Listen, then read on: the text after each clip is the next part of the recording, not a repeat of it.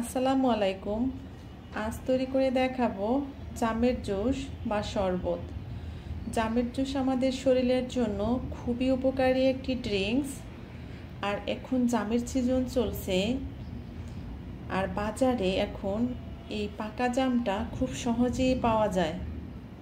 প্রচণ্ড গরমে এই পাকা জামের এক গ্লাস শরবত আপনার মনে প্রশান্তি এনে দিতে পারে। চলুন তাহলে দেখে আসি কিভাবে এই জামের জুস বা শরবত তৈরি করা যায়।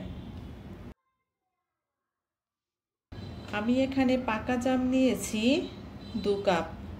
আর জামটা অবশ্যই কিন্তু খুব বেশি পাকা হতে হবে।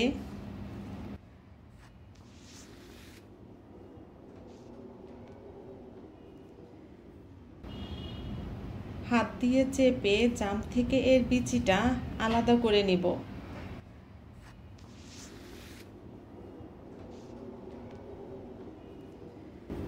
জামটা খুব বেশি পাকা হলে দেখবেন হাত দিয়ে চাপ দিলে খুব সহজেই বিচিটা কিন্তু আলাদা হয়ে যাবে।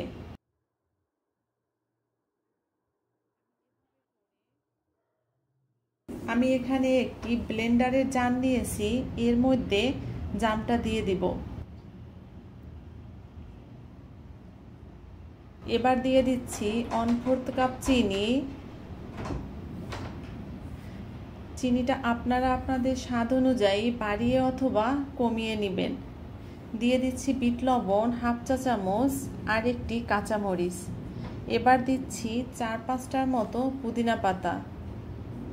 আমি এক টুকরো লেবু চিপে এভাবে রসটা দিয়ে দিচ্ছি। এখানে লেবুর রস দিয়েছি আমি 1 চা চামচের মতো। এবার ভাজা জিরার গুঁড়া দিচ্ছি 1/4 চা চামচ। এবার 1/2 কাপ ঠান্ডা পানি দিয়ে আমি এটাকে খুব ভালো করে ব্লেন্ড করে নেব। খুব ভালো করে ব্লেন্ড করা হয়ে গেছে। এবার আমি এর মধ্যে দিয়ে দিচ্ছি 2 কাপ ঠান্ডা পানি। এবার ভালো করে মিশিয়ে নিচ্ছি। আর অবশ্যই চেষ্টা করবেন জুসটা ঠান্ডা পানি দিয়ে তৈরি করার জন্য, এতে করে এর স্বাদটা অনেক গুণ বেড়ে যায়। এবার আমি এটাকে পরিবেশন করছি। আর চাইলে এখানে কয়েক টুকরা বরফ কুচি দিয়ে আপনারা এটাকে সার্ভ করতে পারেন। তৈরি হয়ে গিয়েছে ঠান্ডা ঠান্ডা দারুণ স্বাদের জামের জুস বা শরবত। এই গরমে 1 গ্লাস জামের জুস আপনার শরীরের জন্য খুবই উপকারী। বাচ্চারা অনেক সময় জাম খেতে পারে না, তাদেরকে এভাবে জুস করে দিলে সহজেই তারা এটা খেতে পারবে।